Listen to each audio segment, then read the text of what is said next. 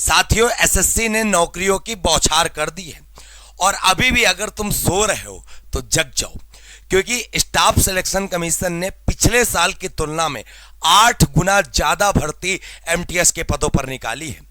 सब लोग सरप्राइज हो गए कि अचानक से इतनी ज्यादा भर्ती। जैसा कि आपने सीजीएल में भी देखा था कि अगर पिछले सालों की तुलना करो तो 2-2 साल की वैकेंसी एक ही बार में 2024 में आई है और एसएससी एमटीएस ने भी वही काम किया है कि 8000 से ज्यादा पदों पर भर्ती आई है।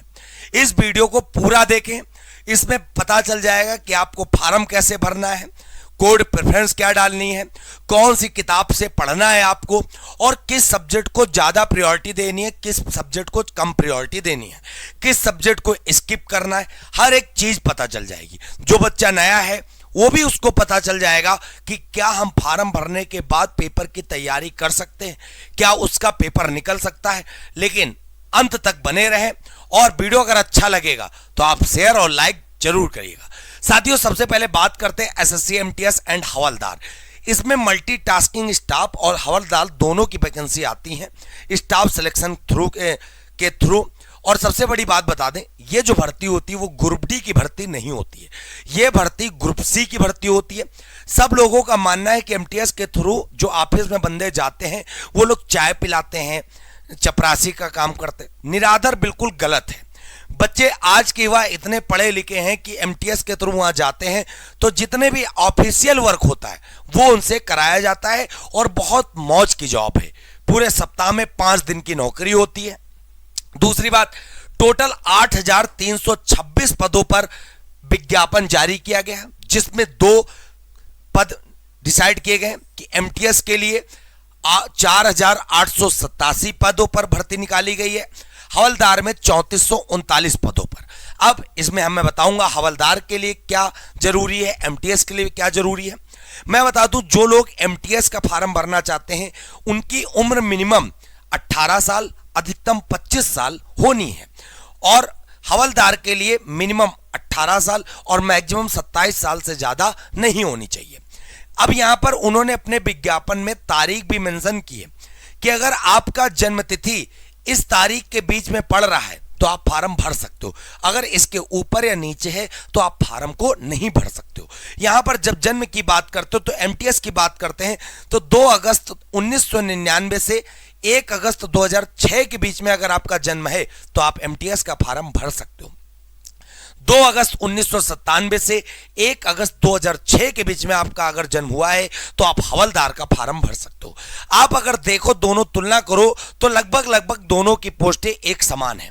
साथियों, यहां पे बात करते हैं जो फॉर्म अप्लाई आप करोगे, पहली बात तो अप्लाई कब कर सकते हो। सबसे पहली बात तो आप अगर कक्षा 10वीं पास है और अगर आप मिनिमम 18 साल के हैं तो आप इसका फॉर्म भर सकते हो। साथियों, फॉर्म जो अप्लाई करने की तिथि है वो 27 जून से स्टार्ट हो गई है और 31 जुलाई 2024 तक फॉर्म भरा जाएगा।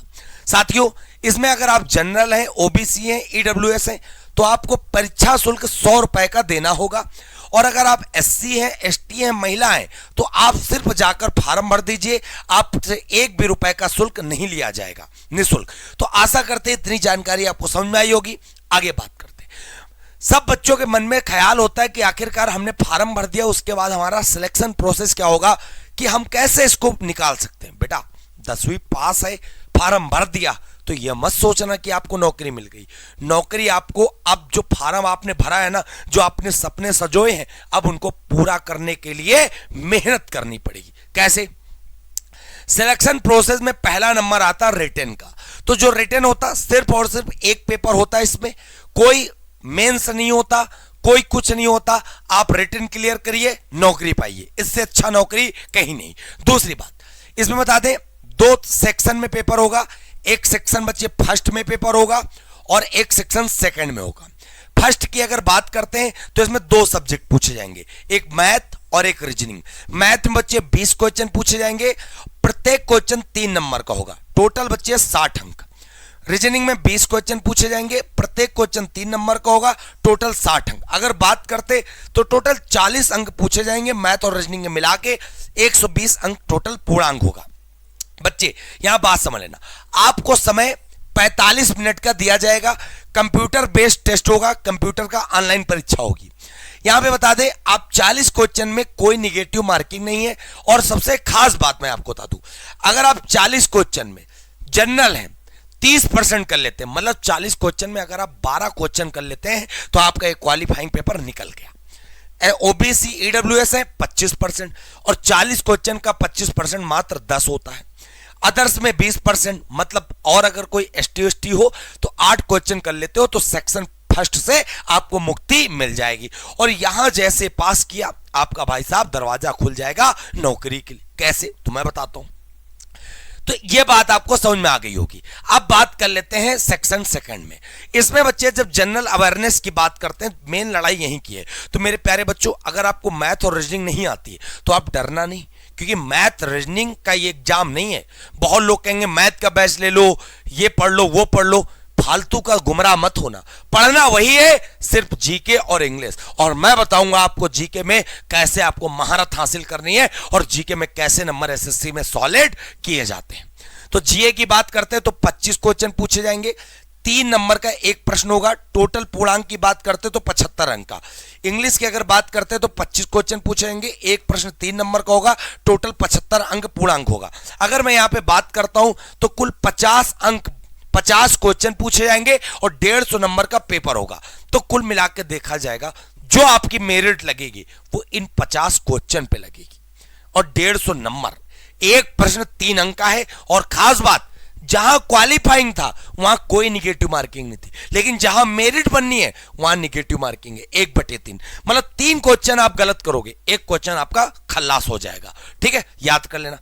समय जो सेक्शन फर्स्ट में मिल रहा था 45 मिनट, वही समय 45 मिनट सेक्शन सेकंड मिल रहा। दूसरी बात मैं आपको एक बात और बता दूं, मैथ और रीजनिंग में अगर आप अंधी भी लगा आओगे ना, माइनस मार्किंग है नहीं, तो भाई क्या जनरल में तुम 12 क्वेश्चन नहीं फंसा पाओगे? 100% फंसेंगे यार। और इतने कमजोर हो नहीं तुम कि यार पास ना कर पाओ, कोई सवाल ही नहीं उठता। तो पूरी लड़ाई 50 क्वेश्चन की है, मैं जीके और इंग्लिश की, बस। ठीक है, चलो आ जाओ। जब वहां आप रिटन क्वालिफाई हो जाओगे तो एमटीएस के जितने कैंडिडेट होंगे सबकी मेरिट इस आधार पर बच्चे बन जाएगी, सबकी मेरिट इस आधार पर बन जाएगी। बस ये सेक्शन सेकंड पास करना है, यहीं से मेरिट डिसाइड हो जाएगी, सिलेक्शन प्रोसेस। अब लेकिन जिन लोगों ने फॉर्म भरा होगा हवलदार का, तो हवलदार में क्या करना है, रिटन तो ऐसे ही क्वालिफाई करना, साथ में उनको एक एडिशनल चीज करनी है कि वो फिजिकल मजबूत हो। केवल हवलदार पद के लिए फिजिकल होगा, जिसमें ये सारी क्राइटेरिया मांगी गई है। अगर हाइट की बात करते हैं लंबाई की, तो अगर पुरुष है तो 157 सेंटीमीटर जनरल ओबीसी एससी के लिए, महिला हो तो 152 सेंटीमीटर जनरल ओबीसी एससी के लिए, और 152.5 सेंटीमीटर केवल एसटी उम्मीदवारों के लिए, 149.5 सेंटीमीटर एसटी उम्मीदवारों के लिए।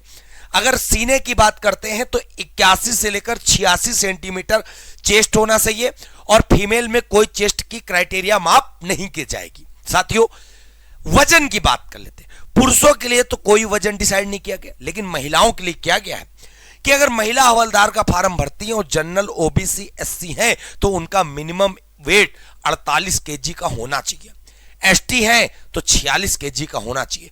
अब बात कर लेते हैं वॉकिंग की। इसमें दौड़ नहीं है, केवल चलना है, टहलना है। 1600 मीटर मतलब 1.6 किलोमीटर, 1600 मीटर जो आर्मी वाली रेस कहते हो, लेकिन इसको चलना कितनी देर में? 15 मिनट में सब लोग चल लेते हैं। 1 किलोमीटर 20 मिनट में आराम से महिलाओं के लिए। तो ये रही physical criteria only for havildar post के लिए। ठीक है, आगे बात करते हैं। आगे बात करते हैं, ये बहुत बड़ा सिनेरियो आपके एक प्रकार से डिसाइड करेगा फॉर्म भरने में। क्या डिसाइड करेगा बच्चे? यहां पर आप देख रहे होगे पोस्ट का नाम लिखा है, स्टेट लिखा है और स्टेट के कोड लिखे हैं, और यहां पर आप कोड और रीजन। सबसे बड़ी बात, जैसे आप मान लो दिल्ली के हैं, आप दिल्ली के हैं, एमटीएस के लिए अप्लाई करना चाहते हैं तो प्रेफरेंस मांगेगा वहां पर, तो आप 20 नंबर कोड का प्रेफरेंस दे दीजिएगा।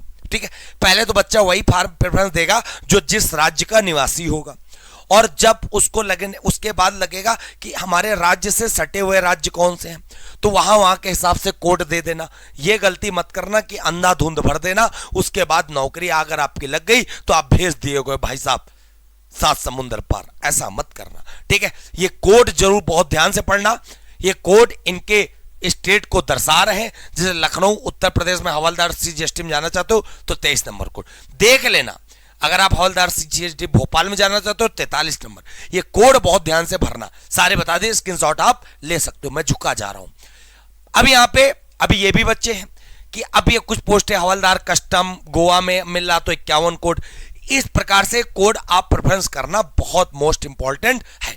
अब बच्चे बता दें, देखो मैथ और रीजनिंग का मैं कोई भी तरीका नहीं बताऊंगा क्योंकि वहां पे अंधी भी मारोगे, पास हो जाओगे, उसमें समय बर्बाद करना एमटीएस के लिए वही वाला हाल है कि फालतू का गधे जैसे लगे रहना।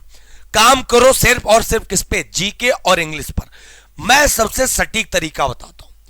अगर आप जीके में अभी भी कमजोर है, पेपर को बस पास करना है, तो मेरी सलाह मानना, मेरे साथ लूसेंट की क्लास अटेंड करना। मेरे साथ लूसेंट की क्लास शाम 7 बजे डेली फिनिक्स एकेडमी चैनल पर आपको मिल जाएगी। साथ में एसएससी की पिनैकल की किताब खरीद लेना, हिंदी मीडियम हो हिंदी मीडियम की, इंग्लिश मीडियम को तो इंग्लिश मीडियम। इसका फायदा यह मिलेगा, एसएससी जीके में क्या करता है, जो स्टैटिक जीके के प्रश्न होते बार बार वही रिपीट प्रश्न पूछा करता है एसएससी। तो पिनैकल की किताब हेल्प इस प्रकार करेगी कि बच्चे ये एक प्रकार से आपको ऐसी सुविधा प्रदान करेगी कि आप सारे प्रीवियस ईयर प्रश्नों को बड़े आसानी से इसको सॉल्व कर लोगे बिना किसी टेंशन के, बिना किसी दिक्कत के, ठीक है। फिर अगर बच्चे मैं बात करता हूं, यहां पर मैं अभी और रणनीति बताऊंगा आपको, चैप्टर वाइज बताऊंगा कि एमटीएस में कैसे आप जीके में स्कोर अच्छा ला सकते हो। 25 में 23 प्लस मैं लाऊंगा, ठीक है। मैं आपको ऐसी तरीके बता दूंगा, करंट अफेयर्स कहां से पढ़े जो एसएससी पूछता है। फिर बात करते हैं इंग्लिश की। इंग्लिश की जब बात करते हैं बच्चे तो याद कर लेना नीतू सिंह मैम की किताब, जो नीतू सिंह मैम की किताब है, अगर आपसे हो सके बिल्कुल फ्रेशर है ये किताब, इसलिए मैं कह रहा हूं क्योंकि बहुत सारे हिंदी मीडियम बच्चा होता है उसको इंग्लिश समझ नहीं आती है, तो इंग्लिश ऐसे फॉर्म में पढ़ना जो एक प्रकार से हिंदी फॉर्म में लिखा हो, इंग्लिश पढ़नी है, पेपर निकालना है। एक में वोकैबुलरी है, एक में ग्रामर है बस। और इंग्लिश के लिए एक बुक आजकल सबसे प्रचलित है, ब्लैक बुक, निखिल गुप्ता जी की है। और ब्लैक बुक की वोकैबुलरी ये मान लीजिएगा एसएससी का पूरा कलेक्शन है और यही वोकैबुलरी डायरेक्ट एसएससी में पूछता है। एसएससी की सबसे खास बात प्रीवियस पे काम करता है, प्रीवियस पे चलना है, ठीक है साथियों। आशा करते हैं हमारी वीडियो पूरी समझ में आई होगी। मैं आपको बता दूं शाम 7 बजे फ्री कक्षा आपको चलाई जाती है। अगर आपको वीडियो समझ में आई हो, वीडियो को लाइक कर देना, शेयर कर देना और उन सभी साथियों के पास भेज देना जो एसएससी एमटीएस तैयारी कर रहे हैं। बहुत जल्द आपके सामने मैं लेकर आऊंगा कि एसएससी एमटीएस के लिए कैसे रणनीति बनाए, कैसे पेपर आपको पास करना है। जय हिंद, जय भारत, वंदे मातरम।